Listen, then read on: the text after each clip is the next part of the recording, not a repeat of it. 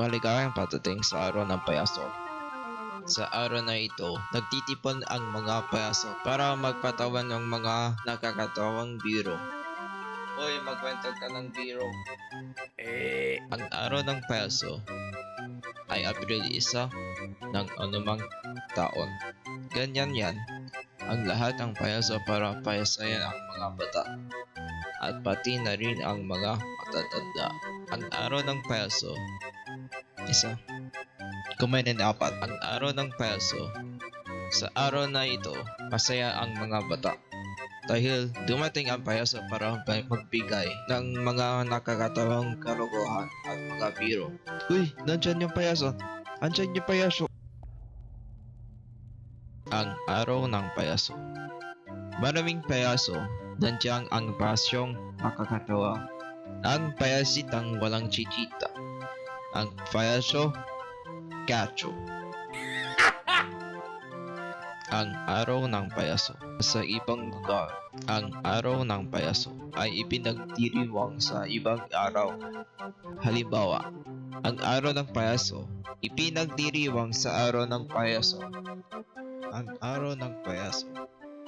Dumating ng lahat ng payaso sa kanilang kotse para ewan.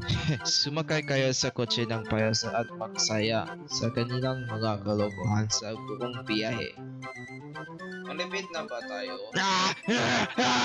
Hindi iyan pa ang araw ng payaso. Sa araw na iyon, pupunta ka sa payaso at patingin siya ang mga maligayang araw ng payaso. Kumusta? Ako ay payaso. Kumusta, senior payaso? Maligayang araw ng payaso. Ang araw na ito, sa araw na ito, lamang ipinagdiriwang sa Payasolandia. Ang araw ng payaso. Ang araw ng payaso, maraming tubo. Lumalabas. Sa puwet. Pinipiga. El día del payaso. Matatapuan din ang mga payaso sa internet. Halimbawa, ang payasong libro at ang El Puip. El día del payaso. ako ang payachito. Ang payachito ng player. Ang playacho. Hoy, sino ka? Ang araw ng payaso. Ngunit ito ay ipinagdiriwang lamang doon. El día del payaso. Kaya huwag nang maghintay pa.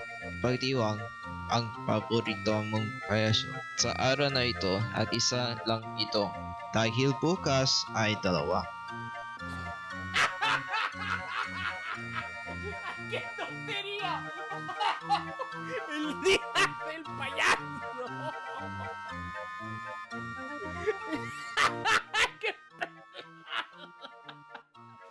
El día del payaso.